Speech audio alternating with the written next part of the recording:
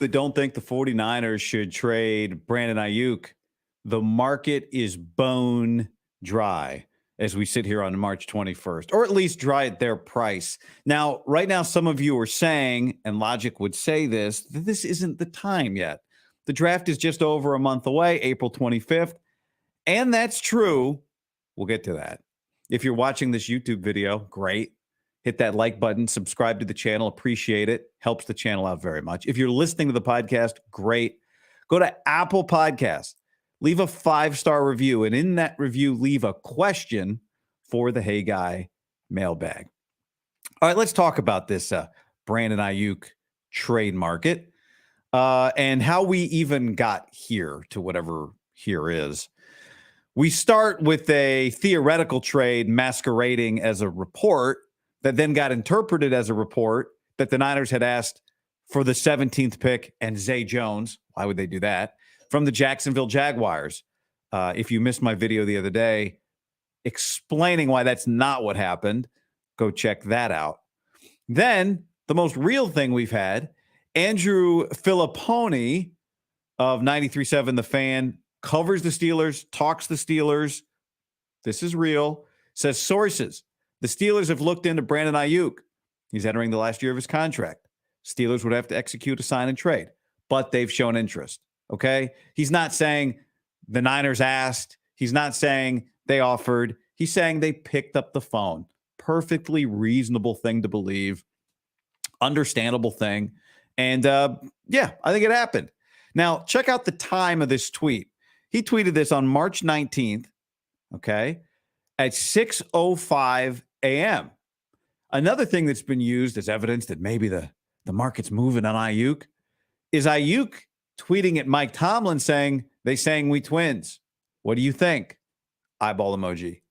Now, Aiyuk, this has been out there for a while, right? People think Aiyuk and Tomlin. Aiyuk looks like Tomlin with hair, long hair. Now, look at the time on the Aiyuk tweet. March 19th, 2:24 p.m. The Filipponi tweet, 6:05 a.m. Aiyuk is just trying to drum up some leverage for his people. He just wants to get paid. Maybe he wants to get traded, but he's sick and tired of just sitting around. He wants something to happen. Aiyuk is like on his way to Tulum at this point. He's probably had a couple of margaritas. His agents are telling him there's crickets on the phone lines. The Niners are giving people huge asks and nobody's interested in paying the price. And then he sees this report that the Steelers called. And he goes, I'm kind of trending right now. Better capitalize. And so he does the Tomlin thing. He's just trying to get somebody interested at the Niners price. I don't know if you guys saw this. I saw it yesterday. I saw it this morning, actually, on a 49ers Reddit page. There's this bizarre video of Niners safety Jer'Zhan Brown. It's weird. In the end, he looks good. Not his fault. But he goes to a car broker, and the guy wants to sell him a Tesla Cybertruck. And he drives the truck, and he's like, I love this thing. This is awesome. And the guy who is the broker says, great. Why don't you come inside, Jair? We can try and fire up some paperwork. So they sit down, and the broker says, all right, the price is going to be $230,000. Can you pay all in cash? And he's like, I don't have that much cash on me. And he goes, well, can you pay most of it in cash? And Jair's like, hold on. He steps away, he makes a phone call. He comes back. He says, sorry, can't buy the truck. Just got off the phone with my financial advisor, and I trust him, and he said, don't do it. And what do you think the broker said? The broker said, how about for $200,000? And Jair goes, no. What? Really kind of sleazy video. I don't know why the broker himself would put it out. It's kind of weird. I guess he's trying to sell a Cybertruck. But in one no, the price went from $230,000 to $200,000. He knocked off $30K on one no. Not really a big-time negotiation, I guess.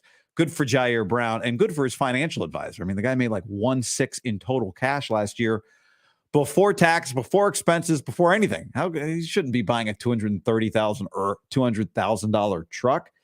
That's kind of like this. Basically, the Steelers called the Niners and they were like, what's the price for Aiyuk? And the Niners were like, $230,000 in cash. And the Steelers called their financial advisor, and the financial advisor said no. And then Aiyuk was like, Coach Tomlin, how about $200,000? Could we do it for a lower price? And Tomlin's like, hey, man, it's not up to me. Very similar negotiation going on right now. And just like the Jer'Zhan Brown Cybertruck negotiation, not a whole lot of traction. All right, so he tweets. Then we've got, what else do we have here? We've got former Steelers player Ramon Foster on his podcast suggesting that the Steelers should trade for Brandon Aiyuk. His suggestion is Dan Moore, who's an offensive lineman, young, he's like 24. Dan Moore, we'll send you a 4 and Dan Moore. Well, I think most people on this side of it know the Niners are not trading Brandon Aiyuk for a 4th-round pick and an offensive lineman, unless that offensive lineman is Trent Williams 2.0. What else? What else do we have? Okay, we've got the Pittsburgh Post-Gazette writer, Jerry Dulac, did a live chat, and he said, yeah, the Steelers should trade for Aiyuk, but it might cost too much money. So, never mind. So back to those of you that say, Guy, I tried to tell you 4 minutes ago. It's only March 21st. The draft is over a month away. It'll happen in due time. Okay, there's a lot of logic to that. I actually do subscribe to that. Like, if there's a time for Brandon Aiyuk to get traded, then it's closer to the draft. After they've tried a little bit more to get a contract done with him, but I don't see it happening. Think of the last 2 big receiver trades that have happened in the NFL. Number 1, Tyreek Hill. When was Tyreek traded? March 22nd. Friday will be the 2-year anniversary of the Tyreek Hill trade 2 years ago, 2022. Stephon Diggs, another one that comes to mind, back in 2020, a while ago, but I think significant. When did Stephon Diggs get traded? March 20th. 4 years ago, yesterday, Wednesday. Well, what about the Niners' last big pre-draft player trade? DeForest Buckner. When did DeForest Buckner get traded? March 18th, 2020. Okay. That was a Monday. Last Monday. That was the 4-year anniversary of the DeForest Buckner trade. I don't know if you guys threw a party or not. These trades tend to happen in March. We're in March. There is zero buzz. Nothing that we've seen here qualifies as trade smoke. The closest thing by far is the Filipponi report. He's just saying Steelers called. Now, add to that what Matt Barrows wrote in The Athletic, his article, a mailbag. And somebody asked him, if the Niners decide to trade Brandon Aiyuk, will they do it before the draft? Right before the draft? Right? Sorry, I didn't. They will do it right before the draft, right? Barrows writes, yes, that's my sense. Just go back 2 years when Deebo Samuel was agitating for a trade. The Niners kept their phone lines open, and especially during the draft, to see what kind of offers he would bring. They got draft day proposals from the Jets and Lions, but they didn't budge. They were solid offers, especially the Jets, but the Niners needed to be blown away from Deebo, who was coming off an incredible 2021 campaign. Barrows goes on to say, I think a similar scenario is in play for Aiyuk, who has excellent chemistry with Brock Purdy. The Niners will listen to offers, but it will take something monumental to let him go. This goes back to the message I got from Ethan Strauss that I referenced briefly the other day, where he said, if Brock Purdy is so much just a product of his environment, then why don't the members of his environment command first-round picks, right? Why does it appear that Deebo Samuel and Brandon Aiyuk are worth more to the 49ers than they are worth to the rest of the league? Because they are. They are worth more to the 49ers than they are to the rest of the league. Some of you who have suggested Aiyuk trades, logically, say, you know what you should do? Your team's about to get really expensive. The receiver room's about to get really expensive, which is, we'll see, right? We'll see if Brandon Aiyuk and Deebo Samuel are both making $28 million in the same year. I'll believe that when I see it. But it's getting really, you should trade Aiyuk. And then what you do is you draft a young receiver instead of extending him. Like, It's a great idea. You know who else is thinking that? Every freaking other team who needs a receiver and has a first-round pick. They're just thinking the opposite. Why would we trade for Brandon Aiyuk and give him $28 million a year when we can just draft a guy? If that's the Niners' logic, isn't it their logic? And it's why when we went through the teams that could trade for Brandon Aiyuk, like, they got to be teams kind of, if they're going to trade you what you would want, right? You're not trading him for a second, so you'd want like a good first. Well, they got to be teams in kind of a desperate spot, like the Jets in a desperate spot, an incredible overpay, knock your socks off with an offer. Same thing with Debo. This guy's trending up, by the way, trending up. And it's why I've long predicted that he's not getting traded and that he's most likely playing on his fifth-year option, maybe getting extended. But the assessment from Guy Football Focus, GFF, when we go through all of this is we ain't got dick. Nothing's happening right now. If something's going to happen, something might happen. But it's not happening right now. And I'm pretty skeptical that it's happening later. A couple other things I wanted to mention to you guys. I don't know about you, but I did watch the Caleb Williams Pro Day yesterday, Wednesday, on NFL Plus. Thought it was very interesting. Thought NFL Plus did a great job with it. They had Bucky Brooks. They had Daniel Jeremiah on it. So you got really good analysis, good coverage there. And whether you watched it or not, maybe you noticed that Caleb Williams' longtime private quarterback coach is Will Hewlett. Will Hewlett has been coaching quarterbacks, a heavy, like, mechanical, technical focus from him, right? He's like a technician quarterback coach for like 20 years. And Will Hewlett is Brock Purdy's QB coach. He's a big S2 cognition guy, QB collective guy. And I saw an interview with him maybe last year, where he said that the S2 cognition lab, or whatever they call it, he thinks is a great way to measure the it factor of quarterbacks. And I thought it was very interesting to see him with Caleb Williams, because so much of the Brock Purdy work was about the technical aspect, reworking Brock's kind of mechanics coming out of college. And what's so interesting about this offseason for Brock is that it's his first offseason as the Niners starting quarterback, where he gets to just focus on himself instead of, well, I guess focus on building himself up, not getting himself back to baseline, which is what he was doing last year with rehab. So here's a guy, Caleb Williams, working with the guy who just took the 262nd pick of the draft, helped rebuild his mechanics and make him an MVP candidate. And now Caleb Williams, who's uber raw talent, but he's more than raw talent. He's actually working on the fundamentals, technically sound, very smart, good leader, sharp guy, can read a team. It factor.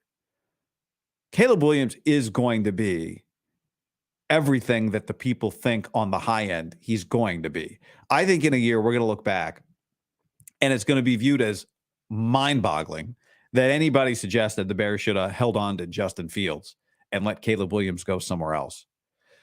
This dude is about to be a top 10 quarterback. And as I look at it right now, in my preseason top 10 NFL quarterbacks for 2024, there's only one spot open. My 10 are Patrick Mahomes, Justin Herbert, Lamar Jackson, Joe Burrow, Josh Allen, Matthew Stafford, CJ Stroud, Brock Purdy, and Caleb Williams. That's 9. There's one spot left for Jalen Hurts, Kyler Murray, Dak Prescott, Jordan Love, Trevor Lawrence, Tua. So that's it. I think Brock is he's got company. And kind of this new wave of the top 10 quarterbacks are Brock, CJ Stroud, Caleb Williams. We'll see. Jordan Love had a good year. But, this idea that, like, Caleb's anything but a premium quarterback prospect, I don't even know if that's an idea. Now, there's a few things that people didn't like, right? He painted his nails with "fuck Utah" on it once or twice. That's not great. I don't even think the thing where he cried in his mom's arms after they lost to Washington is a thing. I seem to remember maybe Skip made a thing about it. Maybe some people tweeted. Maybe a lot of people tweeted about it. I don't know. That's not a real thing. Plenty of players have cried. Nobody ever makes a thing about it. It's not a thing. Just if a person was critical, it doesn't mean that people are critical, right? You know what I say? 8 billion people on this earth. There's plenty of opinions, not all legitimate. The evidence is there that his teammates love him. I ran into one of Caleb's teammates, current teammates, or this last year, was on the team last year in Las Vegas at the Super Bowl. And we were talking, and I said, what's the deal, really? Like, I keep hearing only good things. And he's like, yeah, because there's only good things. Like, we all love him. We think he's a great dude. It's interesting. Yesterday, Caleb actually measured in shorter than he measured in at the combine. That is by far, I think, the biggest question. It's not about personality. It's not about smarts. It's not about can he play within the structure of a real NFL offense versus just YOLO balls all day long at USC, kind of Darnold style. It's his height. He measured in over 6'1" at the combine. He measured in under 6'1" yesterday at his pro day. I don't know if they pushed the ruler down on his head further. I don't know. He measured in at 6'0" and 7/8 yesterday. Brock Purdy, 6'0" and 5/8. So Caleb's fairly taller than Brock. Brock at 212 pounds, Caleb at 217 pounds. Caleb 9 and 7/8 hands, Brock and 9 and 4/8 hands. So, I mean, there's not really, you're not going to find many comps between these two guys, right? People are not going to be comparing him and him. But I think the Will Hewlett connection is an interesting one. This guy made a star out of pick 262 or helped make a star. I think the better way to look at it is correctly identified what Brock has in him, that Caleb also has, and helped maximize Brock Purdy. I think he's going to help maximize Caleb Williams. And I think we're looking at a USC top 10 QB this year. I mean, now, is he going to have better numbers than Kyler? Is he going to have better numbers than Jalen or Trevor Lawrence or Dak? Right, Dak's going to put up huge numbers. I think at the end of the year, we're going to like, yeah, that's just like Stroud. Like, yeah, it's a top 10. That's a top 10 quarterback by whatever measurement you want. I don't know, but that's a dude right there. So that's what's going on with me. That's in my brain today. The NCAA tournament is underway. I talked to Casey Jacobson on the show the other day, and he said, Arizona, this is their year. They're going to the Final Four. They're beating North Carolina. And I got to admit, I woke up Thursday morning going, oh, my God. I think they're going to shit the bed, which makes me like an Arizona fan. That's how Arizona fans all think. Dale comments. Let's get to a few. Dale says, Caleb Manziel 2.0. No, dude. Not even close. Nolan says, Caleb at Chicago will make them forget all about Jay Cutler. I can't tell. Is that a compliment or a dig? Kid Icarus says, dude is like the same size as Purdy. Doesn't have a cannon either. What's his 10-yard split? USC QB is always hyped. I think what people are going to find is he can play within the structure of an offense. And that'll be the difference between him and a lot of guys that people are like, I don't know, they just run around and make plays. I mean, special plays. Zero Shift said the only way you could talk to him is through Lincoln. The other coaches couldn't talk to him directly. I don't know. I talked to him. I didn't go through Lincoln. Steve says if the Niners had a good O-line coach, which they don't, if the second year an O-line plays together, they become a better unit with an O-line coach. The only way they get better is they fire the O-line coach. Oh, okay. Here we go. Bronson, is Caleb going to be crying for his mommy every time he doesn't win? I've been blown away that anyone brings that up. Really. I watch the NCAA tournament. Dudes are crying all the time. I think it comes from he's an easy guy. The fingernail paint, the fuck Utah on the fingernails, makes a lot of money. I don't know. I think he's an easy guy to look for things to nitpick on. I get it.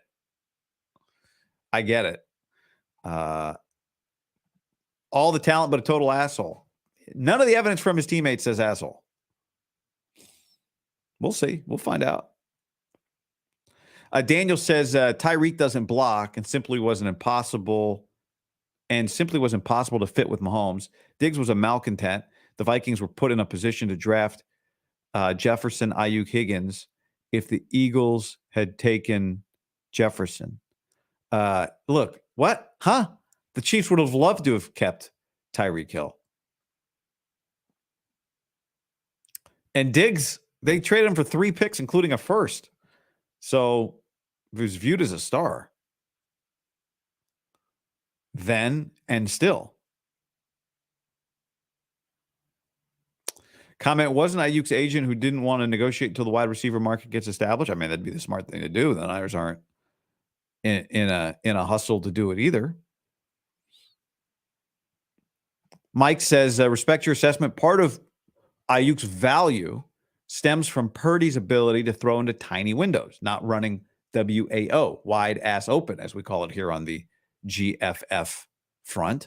That's a two-way street, right? I mean, part of Aiyuk's value to the Niners is his ability to run routes that are precise and help Brock Purdy hit him in the way that Brock Purdy throws, which is all these, very, very heavily anticipated timing throws. You guys like the hat I'm wearing? Little sample. This is it's a nice hat too that we got fired up here. In some conversations, having some talks about some merch, not just this, but a few other things. And yeah, hopefully you guys will be interested. Give him a minute, guys, making sure no illegal bets are being made from his account. Oh, Ipe. Oh my. What is going on with Otani? People, this is wild. Kiwis with a super chat. New Mexico this year. Lobos play Clemson in the first round. NCAA tournament's beginning.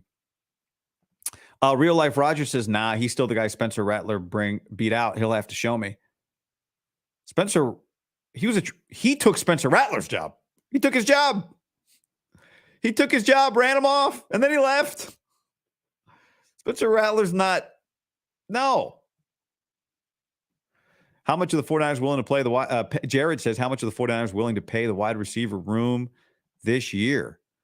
Well, I think, we know we know Debo's getting paid. Juwan Jennings just signed his tender. Brandon Aiyuk is making $14 million this year. I haven't added up the full room, but basically, when people look at it, they say, well, do you really want to pay Deebo Samuel and Brandon Aiyuk, $50 million? That's an expensive room. Deebo's cap number this year is 28. Next year, it's 24. Folks, this thing about the Niners paying Deebo and Aiyuk $25 million, both, like paying $50 million to their receiver room in the same year. I mean, think about this for a second. Deebo, this last year, his cap number was $8 million. So it takes a couple years to get to your cap number $28 million year. So if the Niners were to sign Aiyuk this year, we're still a year or two away from hitting a $28 million cap number on him. Like, his cap number would not be $28 million in all likelihood next year, right?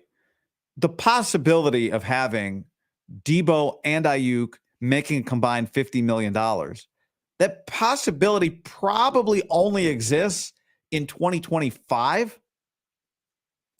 And I think even then it's unlikely. And even if Aiyuk somehow they've got his contract situated so he's making $28 million in 2025, they could also just, if they wanted to, I don't advocate for this, but cut Deebo and have him only count $6 million in dead cap against the cap in 2025. So, I think it's actually pretty unlikely that we end up in a scenario where Deebo and Aiyuk are making over $50 million against the cap in the same year.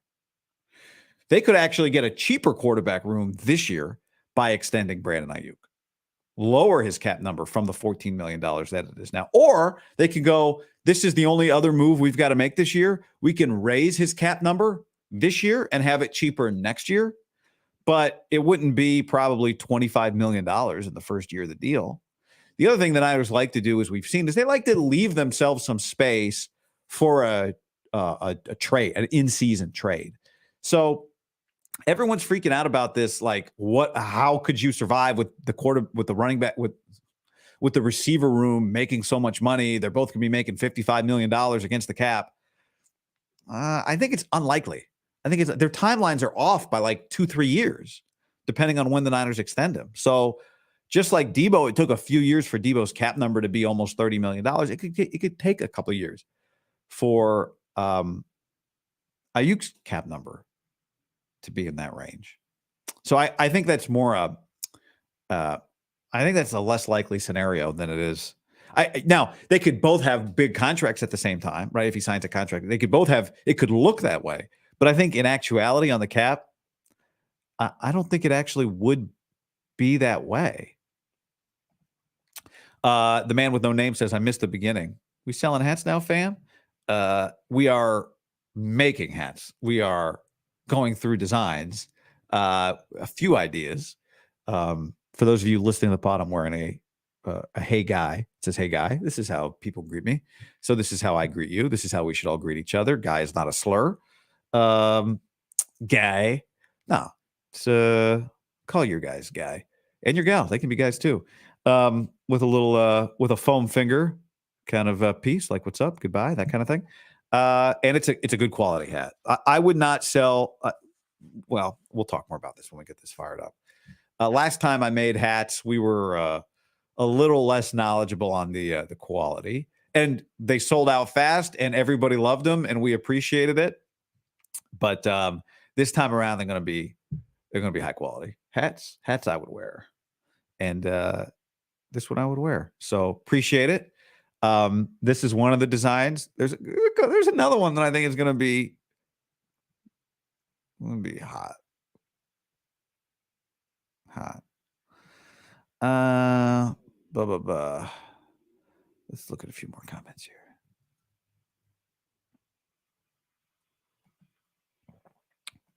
Bucket hats, wall to wall. I mean, there's all kinds of ideas. Send me your ideas. Designers, send me your logos. I've got a iPad notes folder full of ideas for hats. But I'm trying to figure out, like, what do you guys wear? Dad hats? I tend to just wear like these tech kind of Milan style. They're not flat bills, but this is it's like a tech, it's like a tech material. I like that. Branded beer koozies.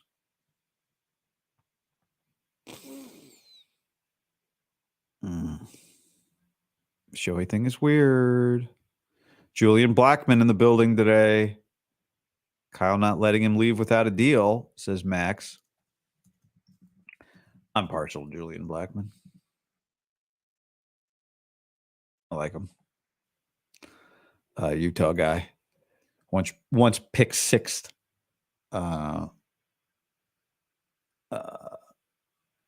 What's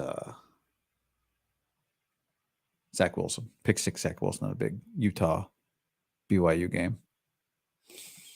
Kali says, great show yesterday on the O-lines. Yeah, less clicks than normal on the video. I don't know if people just haters on the O-line, but really good. I recommend you go watch it. Jeff Schwartz came on. Couple linemen he said the Niners should stay away from. Logo looks cool. Great. Buddy, boss. Bring back the Lombardi crossover. Enjoyed that. Okay. A quarter zip. Okay. Bring back the intro music? Nah, probably not. Everybody's so obsessed with their intro music. Oh, like guys, like if I want to listen to music, I'd go listen to music. I'm listening to hear you talk about something. I don't need 15 seconds of music to start a podcast. I've got hookups in China. Swear to God. Yeah, let's hear about it. Yeah, it is. Like that logo. Sick. All right. Okay.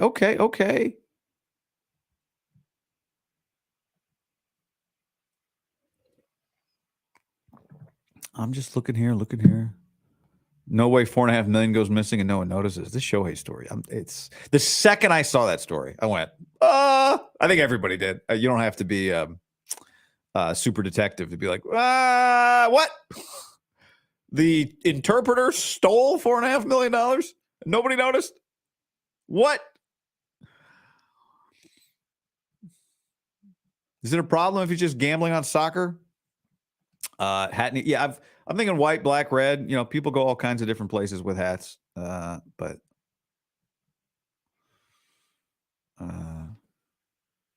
yeah. All right. I'm going to roll out because NCAA tournament's underway. I got some hoops to watch. Appreciate y'all being here. I will probably not doing a show on Friday. I'm trying to go as much as possible, but probably not doing a show on Friday.